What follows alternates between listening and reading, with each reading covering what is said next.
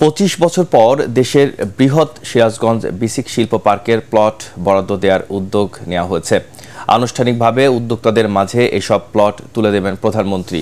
গড়ে উঠবে কলকারখানা, সৃষ্টি হবে প্রায় 1 লাখ লোকের কর্মসংস্থানের সুযোগ। সিরাজগঞ্জ প্রতিনিধি ফেরদৌস হাসানের পাঠানো তথ্যচিত্রে আসিফুর রহমান সাগরের রিপোর্টে বিস্তারিত।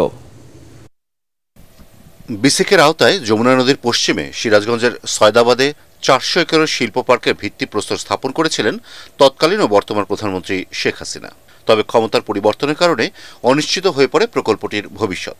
পরবর্তী সময়ে বর্তমান সরকার দ্বিতীয় মেয়াদে ক্ষমতায় এসে প্রায় 379 কোটি টাকা ব্যয়ে 2010 সালের জুলাই পুনরায় প্রকল্পটির কাজ শুরু হয়।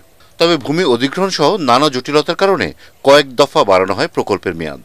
সবশেষ 719 কোটি 21 লাখ টাকা বরাদ্দ দিয়ে এবছরের জুন মাস পর্যন্ত সময় বেঁধে দেয় কর্তৃপক্ষ। এবার নির্ধারিত মেয়াদের মধ্যেই প্রকল্পের অবকাঠামোগত কাজ শেষ হচ্ছে বলে দাবি ঠিকাদারি প্রতিষ্ঠানের। সেই নির্মাণ কাজ যে সময়ের মধ্যে দিনে রাত্রে লেবার লাগিয়ে আমরা সেই রাস্তা নির্মাণ করছি। ওয়ালটন এসিতে ইনস্টলেশন একদম ফ্রি।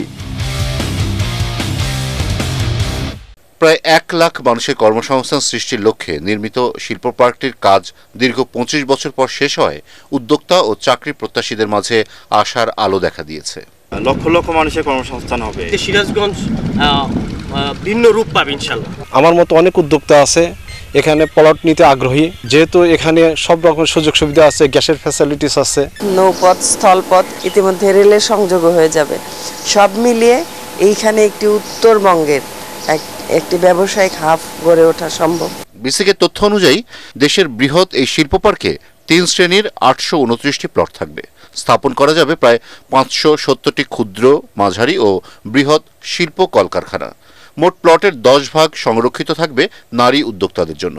পূর্ত কাজগুলো একেবারেই শেষের দিকে। আমরা আশা করছি যে খুব শিগগিরই আমরা প্লট বরাদ্দের ব্যবস্থাপনার দিকে যাব। অবকাঠামোগত কাজ শেষ হয় ইতোমধ্যেই প্লট বরাদ্দের প্রক্রিয়া চলছে। প্রাধান্য দেওয়া হবে রপ্তানিমুখী, আমদানি, বিকল্প ও দেশীয় শিল্প স্থাপনে। Bureau report, ATN Bangla.